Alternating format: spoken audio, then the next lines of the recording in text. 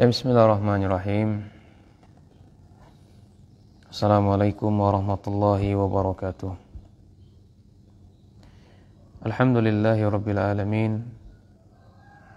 Wassalatu wassalamu ala nabiyyina Muhammadin wa ala alihi wa ashabihi tayyibin tahirin. Fas'alullah subhanahu wa ta'ala ayyamunna alaina bi'ilmin nafi' wa amalin salih wa yafaqihna fid din waftalana futuhal arifin wa yarzuqna la ikhlasa fil aqwali wal a'mali Allahumma amin. Para santri yang saya muliakan, saya cintai dan saya banggakan di jalan Allah Subhanahu wa ta'ala. Hadirin wal hadirat rahimani wa rahimakumullah jami'an. Alhamdulillah bitaufiqillahi subhanahu wa ta'ala, kita kembali melanjutkan pembacaan kitab doa yang tak tertolak. Kita masuki adab yang ketiga di dalam berdoa adalah ini khusyuk. Ini khusyuk berdoa, merendah, khusyuk dan merendah di dalam berdoa. Inilah adab yang sangat penting di dalam kita berdoa kepada Allah Subhanahu wa ta'ala. Ya, sebagaimana disebutkan oleh Imam Ibnu Qayyim rahimahullahu ta'ala, ini ibadah doa dengan khusyuk kepadanya, dengan penuh kerendahan hati, kita merengek-engek kepadanya, menghibah kepadanya. Ini termasuk amalan yang sangat penting. Ya, sebagaimana Allah Subhanahu wa ta'ala berfirman, "Ud'u rabbakum tadarruan wa khufyatan, innahu la yuhibbul mu'tadin." Rabb kalian memerintahkan kalian berdoalah kepadanya. Jadi Allah Subhanahu wa ta'ala memerintahkan kita berdoa kepadanya. Dengan cara apa? Dengan cara tadarru', merendahkan diri.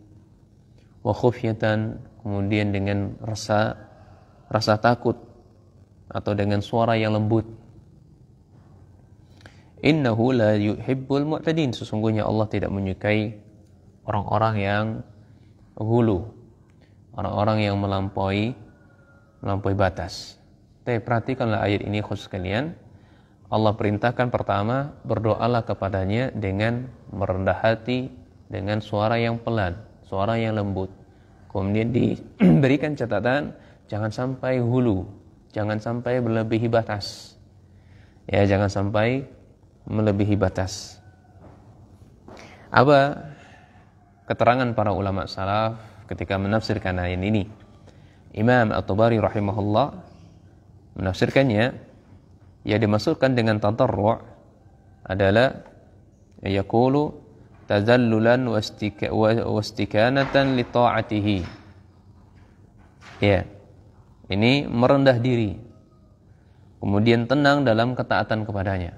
Merendah diri dan penuh dengan ketenangan di dalam melakukan ketaatan. Itu tadarru' kata beliau, Imam Tabari. Kemudian wa khufyatan yaqulu bi khushu'i qulubikum. Bi khushu'i qulubikum. Maksudnya khafya itu adalah dengan hati kalian itu khusyuk.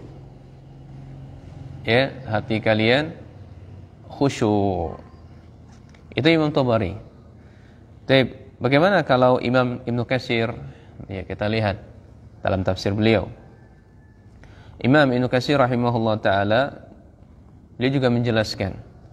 Ini semakna dengan apa yang dijelaskan oleh Imam At-Tabari rahimahullahu ta'ala. Intinya tadarru' wa khufya ini dengan penuh kerendahan hati, dengan khusyuk kepada Allah, dengan suara yang lembut.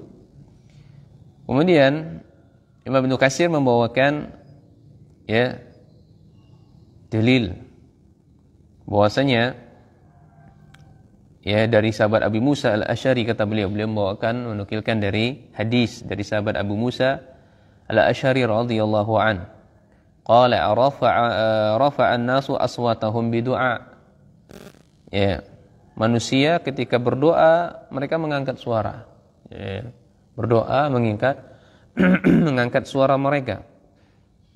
Faqala Rasulullah sallallahu alaihi wasallam, maka Rasulullah sallallahu alaihi wasallam berkata kepada manusia tersebut, ayuhan nas, wahai manusia, irba'u ala anfusikum, ya irba'u ala anfusikum, tenangkanlah diri kalian, fa innakum la tad'una asam, sesungguhnya kalian tidaklah berdoa kepada zat yang tuli, wala ghaiban, sesungguhnya kalian juga tidak berdoa kepada zat yang gaib.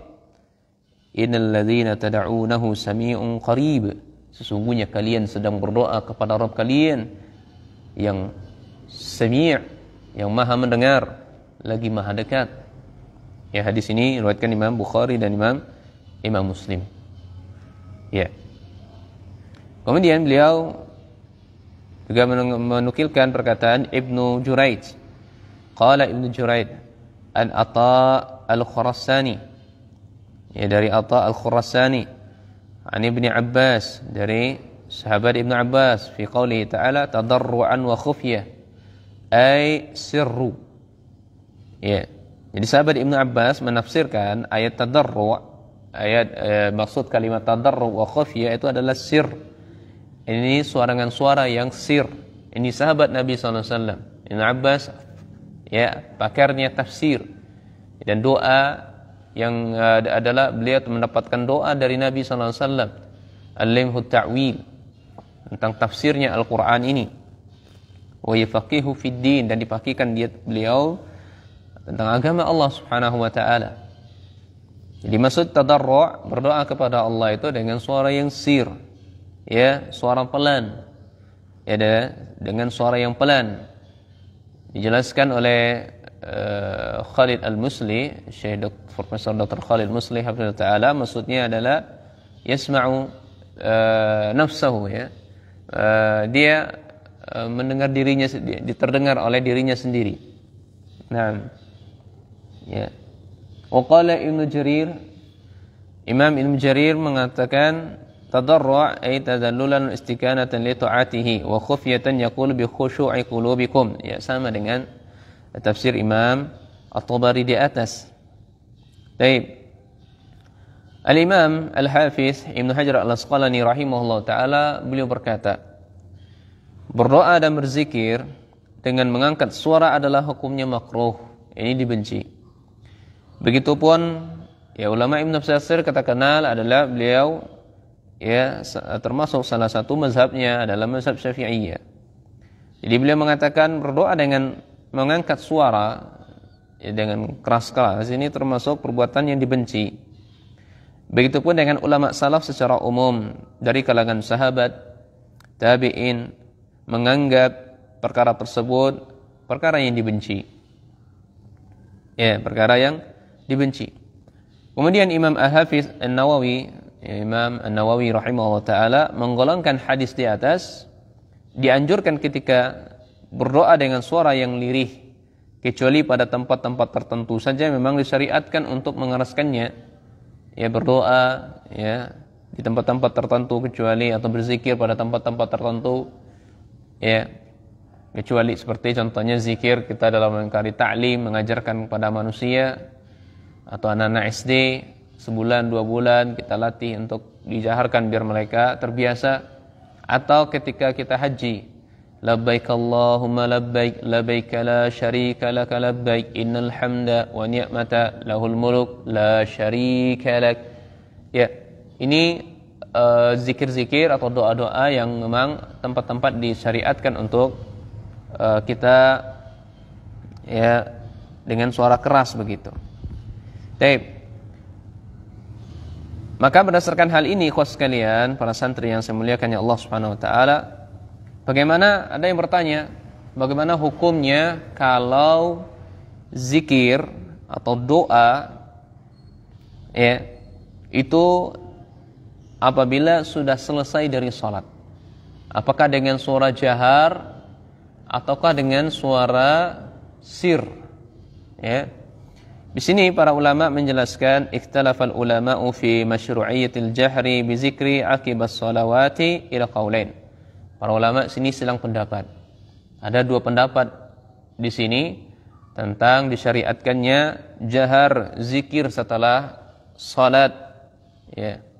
Pendapat yang pertama mengatakan adalah yustahabbul jahru bi zikri aqibas salati. Ini disukai. Yustahabbu, disukai menjaharkan zikir akibas salah, setelah selesai salat. Ya. Wa huwa qaulu ba'dil Hanafiyah. Ini adalah pendapat dari sebagian mazhab Hanafi. Wa qaulul ba'di mutaakhirin al-Hanabilah, dan juga sebagian dari pendapat Hanabilah, mazhab Hanabilah yang mutaakhir. Wa ikhtarahu Ibnu Hazm, dan juga dipilih oleh Imam Ibnu Hazm, ya, dan juga wa Ibnu Taimiyah, wa Ibnu Baz, wa Ibnu Utsaimin rahimahullahu taala. Ya, jadi menjaharkan zikir, ya, setelah salat itu disyariatkan. Dalilnya adalah dia membawakan dalil dari, ya, beberapa hadis. Di antaranya adalah An Ibnu Abbas radhiyallahu anhuma anna rafa'a sauti bizikri hina yansarifu an-nas minal maktubati kana ala ahdi Rasulillah sallallahu alaihi wasallam. Dari sahabat Ibnu Abbas radhiyallahu anhuma bahwasanya rafa'u sauti bizikri, mengangkat suara dengan zikir, hina yansarifu an-nas, ya, ketika manusia sudah selesai dari salat maktubah. Ini, ya, sudah ada zaman Nabi sallallahu alaihi wasallam, kata beliau. Ya, sudah ada pada sejak zaman Nabi sallallahu alaihi wasallam. Dijelaskan, dikatakan oleh sahabat Ibnu Abbas, kuntu a'lamu idzan sarafu bidzalika idza sami'tuhu. Ya, dahulu saya pernah mengetahui apabila sahabat sudah selesai dari salatnya, ya, maka beliau mendengar, ya, zikir-zikir mereka. Mendengar, sampai-sampai sahabat Ibnu Abbas mendengar bacaan zikir-zikir mereka. Dalam lafaz lain, ma kunna na'riful inqida as-salati Rasulillah sallallahu alaihi wasallam illa bitakbiri. Ma kunna na'rif, kami tidak mengetahui, ya, apabila sudah selesai dari salat Rasulullah sallallahu melainkan bertakbir. Jadi sampai-sampai Nabi sallallahu, ya, terdengar suara takbirnya oleh beliau. Ini dalil pertama. Kemudian dalil yang kedua, Anil Mughirah bin Syu'bah, dari Mughirah, dari sahabat Mughirah bin Syu'bah radhiyallahu anhu. Qala sami'tu Nabiyya sallallahu alaihi wasallam yaqulu idza qada as-salata. Aku telah mendengar Nabi sallallahu alaihi wasallam berkata ketika beliau sudah selesai dari salatnya, la ilaha illallah wahdahu la syarikalah. Ya, ini kalimat zikir yang beliau dengar tatkala Nabi sallallahu alaihi wasallam sudah selesai dari salatnya. Wajhu dilalah, ya, wajhu dalalati, cara istidlalnya berdasarkan dua dalil di atas, ya, annahu la yasma'u qaul, bahwasanya beliau tidaklah mendengar perkataan melainkan iza jahara bihi alqa'il, melainkan orang yang mengucapkannya menjaharkannya. Ya. Tidak mungkin seseorang mendengarkan perkataan la ilaha illallah wahdahu la syarikalah melainkan seseorang yang mengucapkannya itu dijaharkan. Kalau disirkan enggak dengar. Ya. Karena dijaharkan sehingga terdengar oleh sahabat Mughirah bin Syu'bah. Ya. Demikian pula dalil yang ketiga beliau bawakan adalah anna Ibnu Zubair, ya, Ibnu Zubair kana yaqulu dubura kulli salatin hina yusallim. Wasanya Abu Zubair dahulu beliau di akhir, di penghujung setiap salatnya, sudah selesai dari salat, di penghujungnya beliau mengatakan la ilaha illallah wa la syarika la lahul mulku wal hamdu wa huwa ala kulli syai'in qadir la haula wa la quwwata illa billah la ilaha illallah wa la na'budu illa iya lahu ni'matu wal fadlu wa lahu sana'ul hasanu la ilaha illallah mukhlishina lahuddin walau karihal kafirun. Ini zikir-zikir setelah akibas salah, ya, setelah selesai salat, Ya, qala Ibnu Zubair kan Rasulullah SAW yuhallilu bihinna dubura kulli salatin. Nabi sallallahu alaihi wasallam dahulu sudah biasa ya bertahlil di ketika penghujung salat beliau. Artinya setelah selesai dari salat beliau baca seperti ini. Ya, wajhu dalalahnya anna qaulahu yuhallilu, maksud yuhallil bertahlil di sini adalah yarfa'u sautahu. Beliau mengangkat suaranya. Yarfa'u sautahu, mengangkat suaranya. Fatahlilu raf'u sauti. Maka beliau bertahlil mengangkat suara. Ya, ini pendapat pertama, zikir setelah salat itu dijaharkan. Ini dalilnya. Kemudian dalil yang kedua, pendapat yang kedua adalah pendapat yang mengatakan la yushra'ul jahru bizikri aqibas shalah. Tidak disyaratkan, tidak disyariatkan berzikir ya setelah salat dengan mengangkat suara, dengan menjaharkannya. Ini adalah wa huwa madhhabul malikiyah, ini mazhabnya malikiyah. Wa syafi'iyah, dan mazhabnya syafi'iyah. Mazhab syafi'iyah setelah selesai salat tidak dijaharkan zikirnya. Ya, wa ba'dil al-hanafiyah, dan sebagian dari ulama Hanafiyah. Wa huqiya an aksari ulama, dan banyak para ulama, mayoritas para ulama berdalilkan seperti ini. Ini jumhur para ulama berzikir setelah salat tidak disyariatkan. Yang berzikir setelah salat dengan cara dijaharkan itu tidak disyariatkan. Mana dalilnya? Dalilnya dari kitab, dari Al-Quranul Karim, Quran Surah Al-Isra 110. Allah Subhanahu wa taala mengatakan wala tajhar bi salatik wala tukhafit biha. Ya. Dan janganlah kalian menjaharkan, ya, janganlah kalian menjaharkan doa-doa kalian, wala tukhafit biha, dan juga jangan tukhafit biha.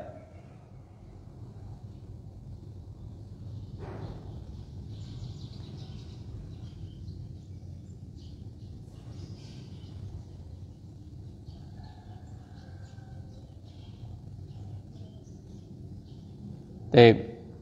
Di ayat ini wala tajhar bi salatik wala tukhafit biha, janganlah kamu mengeraskan suaramu atau mengangkat suaramu di dalam salatmu.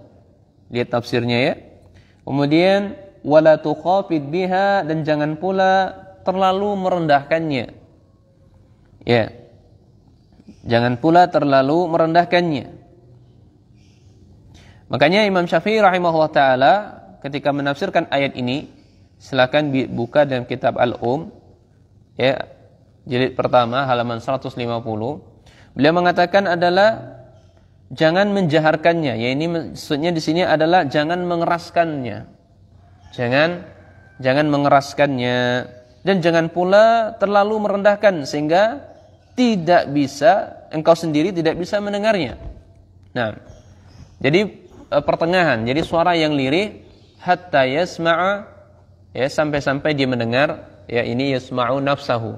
Dia mendengar suaranya sendiri ketika berzikir. Ya.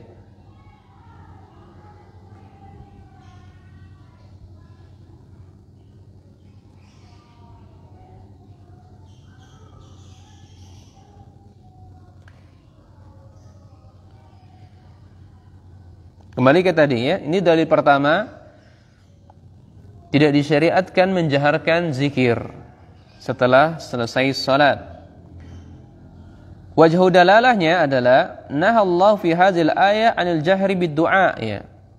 Allah Subhanahu wa taala dalam ayat ini melarang ini menjaharkan doa, ya, mengeraskan doa ketika selesai dari salat.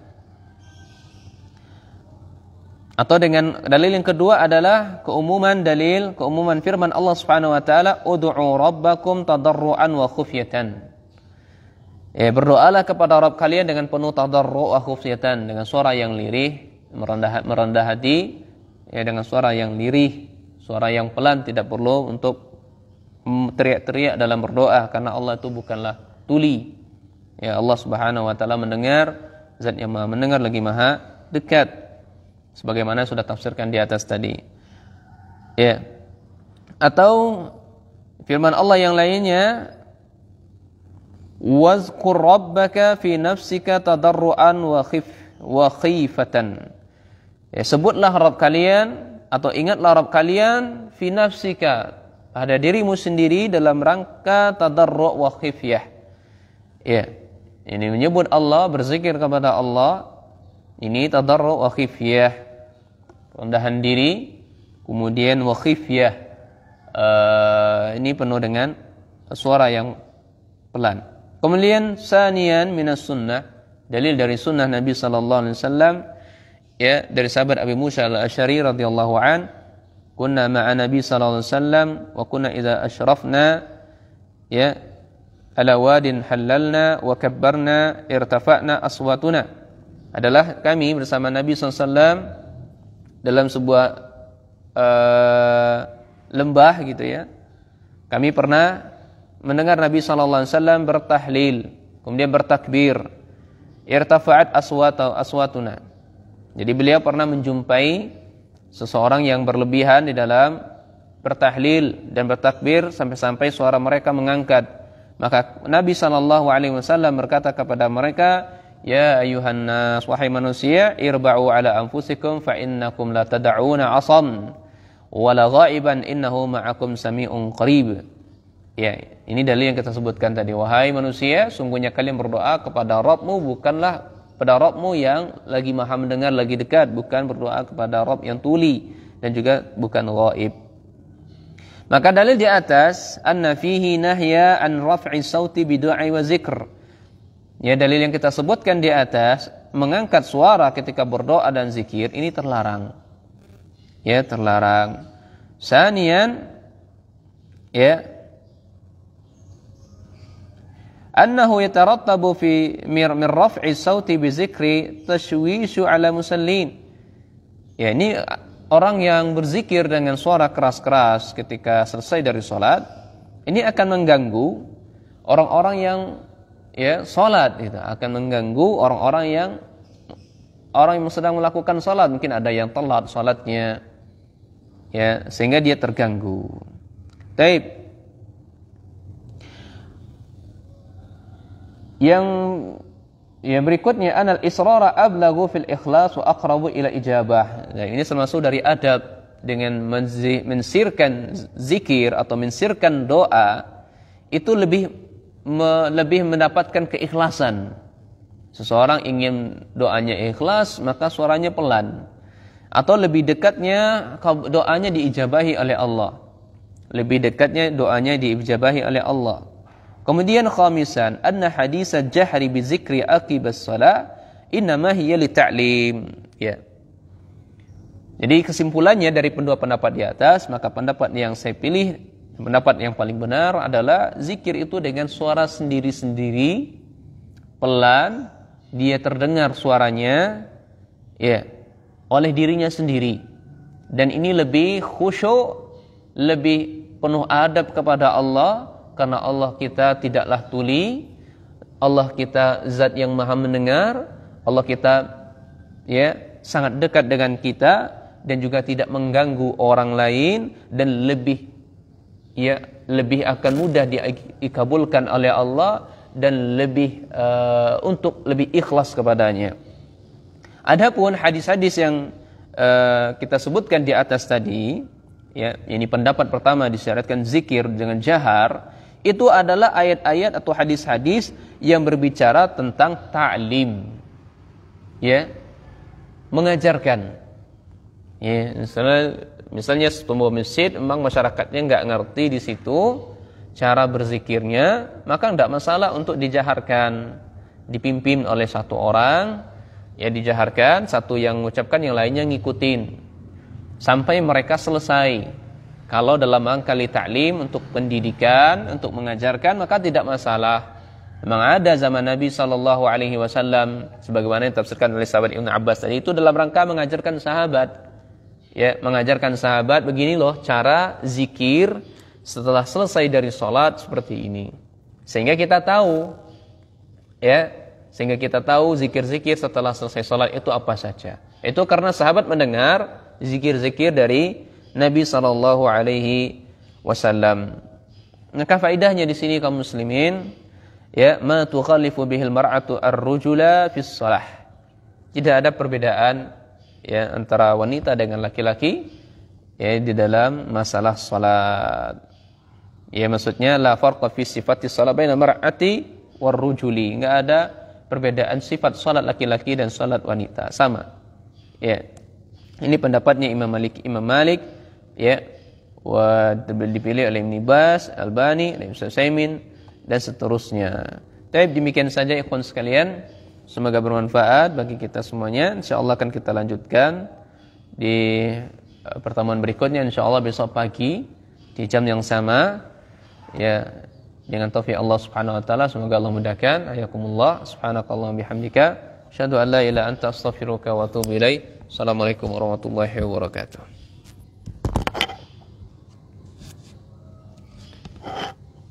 Nah.